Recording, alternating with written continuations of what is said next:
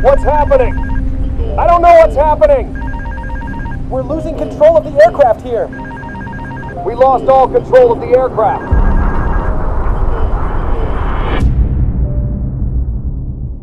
What you're witnessing is the beginning of one of aviation's greatest mysteries. A top-notch aircraft, an experienced crew, and a sudden, terrifying descent into the unknown. This is the story of Air France Flight 447.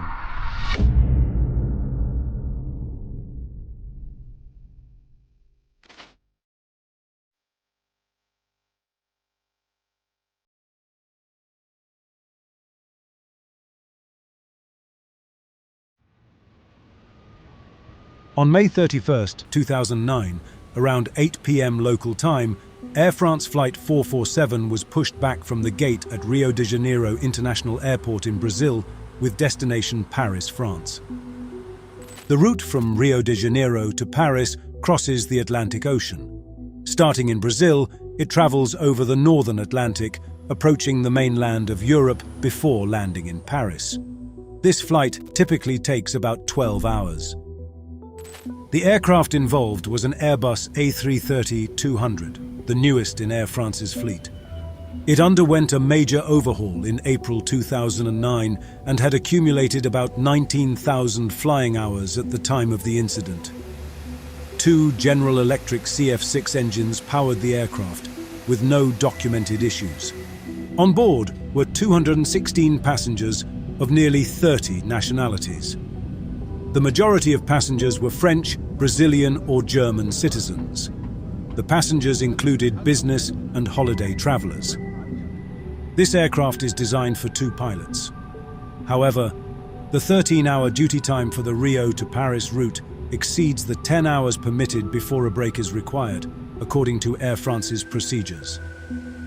This duty time includes flight duration and pre-flight preparation.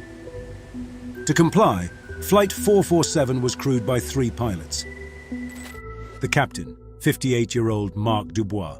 He had almost 11,000 flying hours, of which more than 6,000 were as a captain, including 1,700 hours on the Airbus A330. The relief first officer, co-pilot in the left seat, 37-year-old David Robert. He had more than 6,000 flying hours. 4,500 hours were on this specific aircraft type. And the first officer, the co-pilot in the right seat, was 32-year-old Pierre-Cédric Bonin.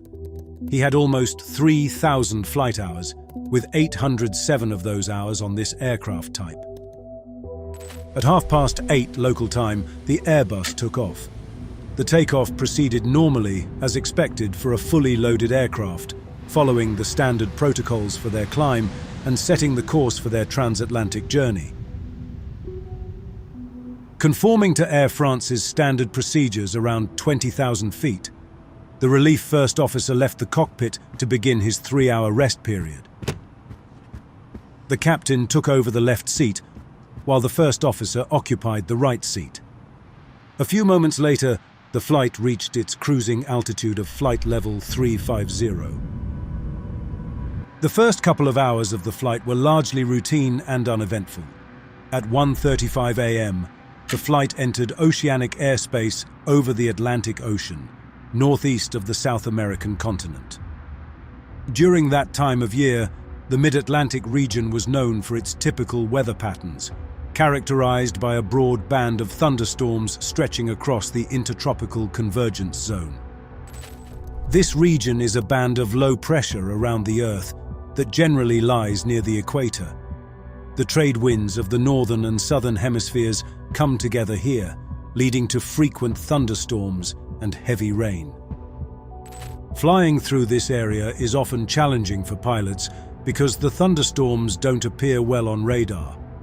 Additionally, these storms don't have as much lightning as storms in other places, which can make them seem less severe than they are, especially at night.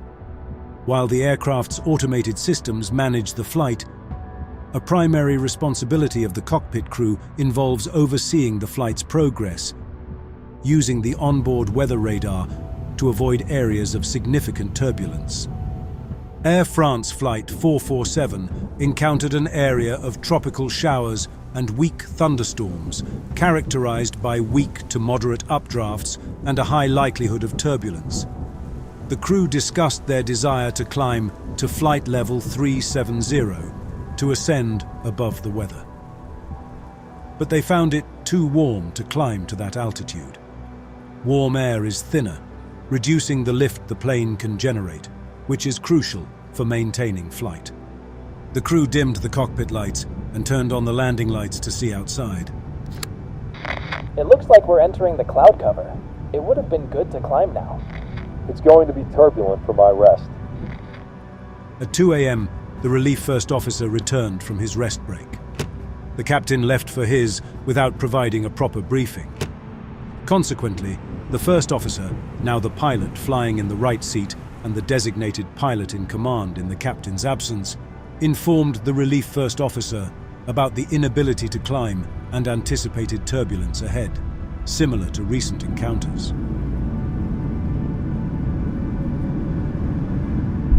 Six minutes later, the two first officers notified the cabin crew of the upcoming turbulence expected in 2 minutes. The turbulence ahead turned out to be moderate. Despite having the autopilot engaged, the bank angle fluctuated between roughly 3 degrees to the right and 5 degrees to the left. The first officer adjusted the radar gain setting to increase its sensitivity and suggested a deviation to the left. They turned the aircraft 12 degrees left of the intended track to avoid the worst of the weather. 2 minutes later, the aircraft encountered an updraft. A sound typical of ice crystals hitting the fuselage was heard. The Pitot tubes started picking up ice particles. Normally, this would not be a problem, but if the concentration of crystals is high enough, they can clog them, faster than the built-in heaters can melt them. The A330 has 3 Pitot tubes, one each for the captain, the first officer, and the standby instruments. Each Pitot tube measures the pressure of the oncoming air, which is then compared to the static pressure to derive the plane's airspeed. This data in turn is used to calculate a number of other parameters, including Mach number, vertical speed, and altitude, which are all displayed instantaneously to the pilots. But if ice crystals clog the Pitot tubes, air cannot enter them, causing the measured pressure to drop, which in turn causes a decrease in indicated airspeed. On Flight 447, as all 3 Pitot tubes filled up with ice, the airspeed readings quickly became invalid and fell from 275 to 139 knots. This started a chain reaction of problems. The autopilot disconnected and the flight director bars disappeared.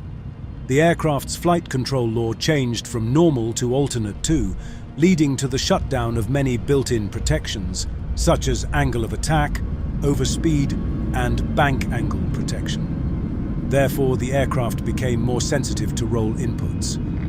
I have the controls.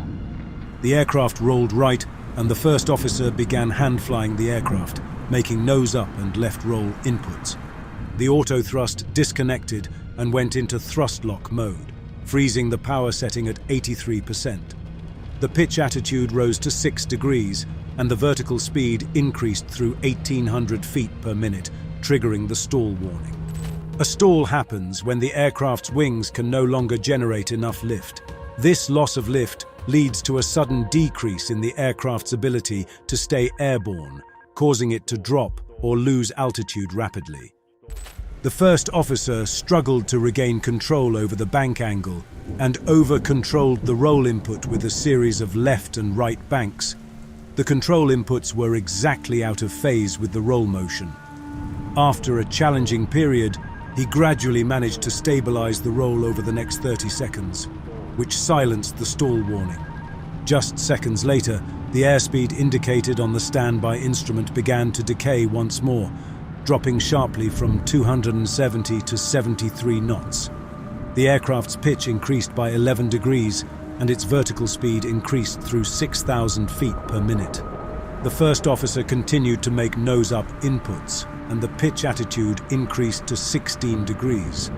A series of small roll movements began. He countered each with lateral stick input.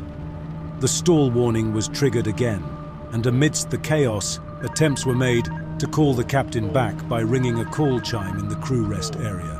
The stall angle of attack was reached, causing the aircraft to shake as it entered an aerodynamically unstable condition. Thrust was increased to toga. The first officer continued to make nose-up inputs, resulting in the aircraft maintaining a shallow climb. Above all, try to touch the lateral controls as little as possible. The rolling continued, and the first officer inputs increased, using up to full left and right stick inputs to counteract them. The ice blocking the Pitot tubes had melted, and all three airspeed indicators displayed the correct readings of around 180 knots.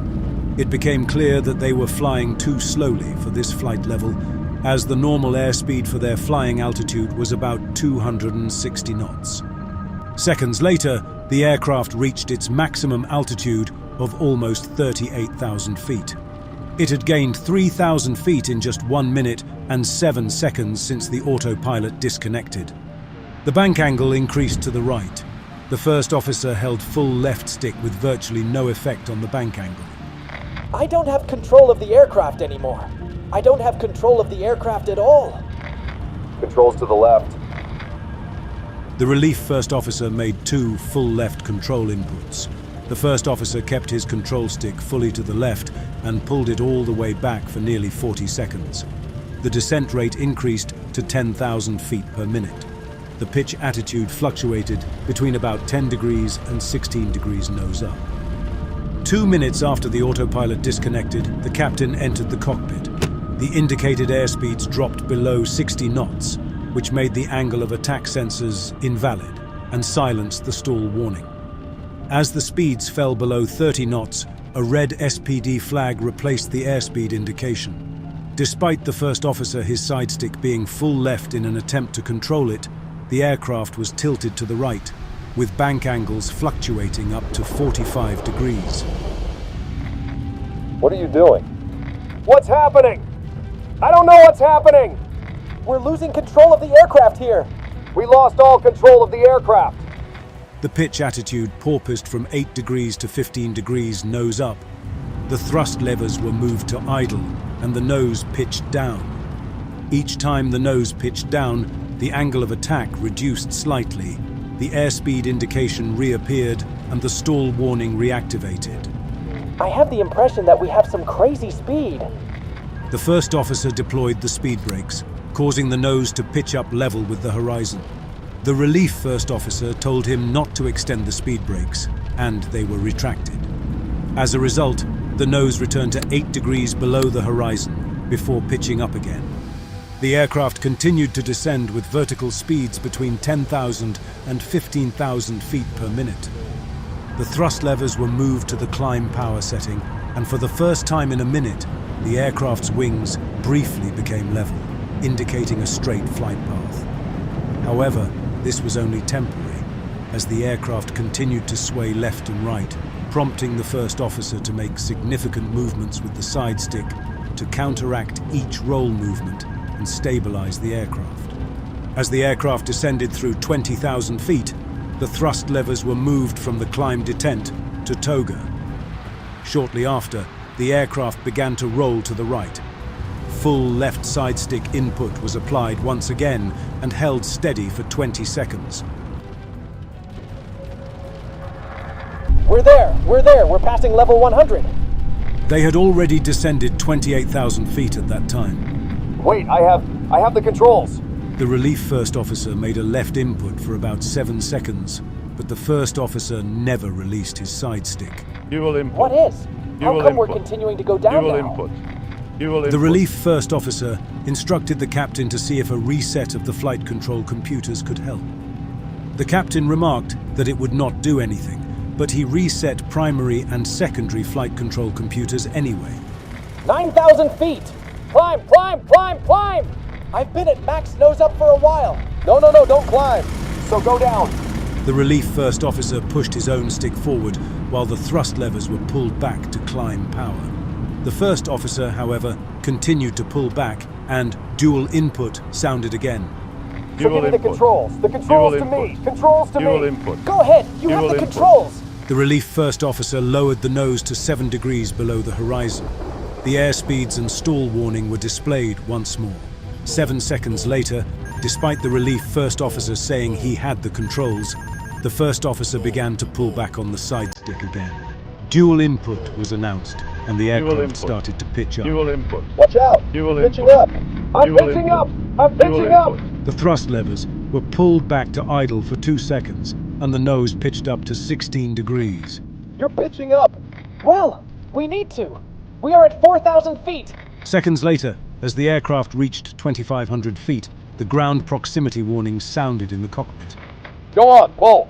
Pull up! Pull up! Pull up! The thrust levers were moved to toga, and both pilots applied a nose-up command as the aircraft pitched up towards 16 degrees again. Then, the first officer pushed the takeover button on his side stick, cutting out the relief first officer's commands. We're going to crash. This can't be true.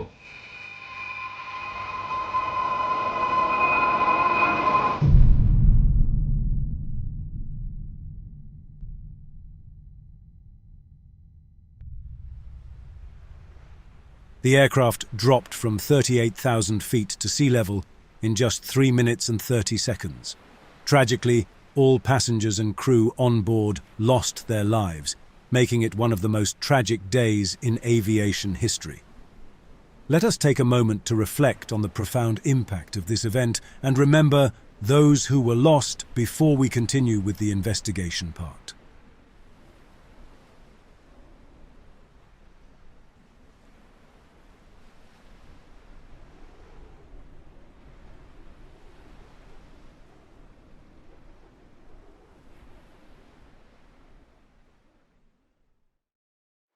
Shortly after 4 in the morning, when the flight had failed to contact air traffic control in either Senegal or Cape Verde, the controller in Senegal attempted to contact the aircraft.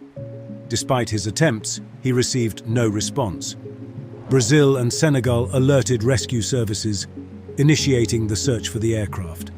However, the challenge was that Air France Flight 447 had seemingly disappeared in a region lacking radar coverage, with no possibility of witnesses and with inconsistent radio communication. 2 days later, a Brazilian plane spotted what appeared to be an oil slick and light floating debris. A couple of days afterward, search teams discovered 2 bodies, along with personal belongings. The final resting place of Flight 447 was discovered on April 3, 2011, at a depth of almost 4,000 meters. By May 10th, both black boxes had been found and were sent for analysis by the BEA, France's air safety agency. In July 2012, the BEA published the final report on this accident. The investigation unveiled a temporary discrepancy in the measured speeds, likely triggered by the obstruction of the Pitot probes due to ice crystals. As a result, the autopilot disconnected, and the flight control mode transitioned to alternate law. This action deactivated several built-in protections such as angle of attack, overspeed, and bank angle protection. Consequently, the aircraft became more responsive to roll inputs. As outlined in the associated procedure, the pilots were expected to swiftly diagnose and address the issue with preventive measures on pitch, attitude, and thrust. However, the failure unexpectedly occurred during cruise flight, surprising the pilots. This resulted in excessive roll handling inputs and a sudden nose-up maneuver. The aircraft entered a sustained stall, indicated by the stall warning and strong buffet. The stall warning and the buffeting were not identified even after having sounded continuously for 54 seconds. The crew never attempted a recovery maneuver to exit the stall, ultimately leading to the crashing into the ocean. The fact that they never made a recovery maneuver was likely a result of a lack of specific training, although it met regulatory standards. Manual aircraft handling cannot be improvised. It necessitates precise and measured inputs on the flight controls. Examination of their last training records and check rides made it clear that the co-pilots had not been trained for manual aircraft handling of approach to stall and stall recovery at high altitude. On the basis of the findings from the investigation, the BEA issued several recommendations, including the following: Reviewing check and training programs to ensure they include mandatory exercises. Focus on setting up specific and regular drills for manual aircraft handling during stall approaches and recovery, even at high altitude. Furthermore, aircrafts undertaking public transport flights with passengers must be equipped with an image recorder that allows for observation of the entire instrument panel. In addition, several other recommendations were proposed, such as suggestions for the flight recorders, the Pitot probes, better task sharing in case of augmented crews, and the installation of an angle of attack indicator. In conclusion, it is evident that no single interpretation fully explains the actions of the crew. In the meantime, it would be beneficial, even for non-pilots, to reflect on the events of Air France Flight 447. Let's prioritize learning from others to ensure safer skies for everyone. If you found this video interesting, please consider leaving a like, dropping a comment, and subscribing to the channel for more content like this.